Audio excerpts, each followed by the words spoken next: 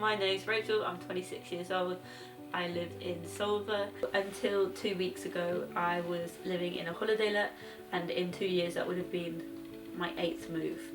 So I've lived in people's second homes, holiday lets, lived in a caravan for 12 months, including a full winter. So it's just like constantly scrambling, trying to find accommodation, and that has a massive impact on everything, the support you can offer your family and your own well-being. Within the last 2 years we've seen more than ever so many empty houses which are predominantly second homes, and then an immense amount of young people just being unable to find accommodation.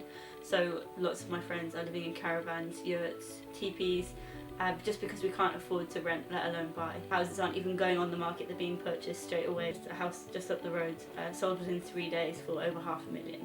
That's not even a big house, that's not even a fancy house, but we can't afford that. No one can, not around here. And how do you compete, especially if you're one person, if you don't have a partner, especially here the wage isn't relative to the cost of housing at all, like not even close. You grow up here and then you're told, you follow sort of the standard route, you go to university, you get the degree, and you think that you'll be able to come back and live around your family and live in Wales, especially with the language, the culture, and you feel like you've done the right things, and you still can't buy anything. You can't even rent anywhere. It's so difficult to find anywhere to rent because it's all holiday lets or Airbnbs. What's happened more and more is that people have gone to university and they've just not come back because they can't.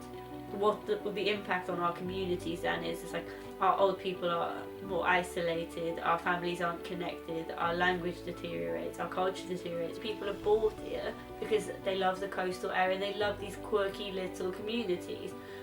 But the irony is that if we continue at the rate we're going, there's going to be no community left. It's not as simple as one solution, and it's definitely not going to be solved overnight, but it's about opening up that conversation and how do we find the solution that kind of works best for as many people as possible.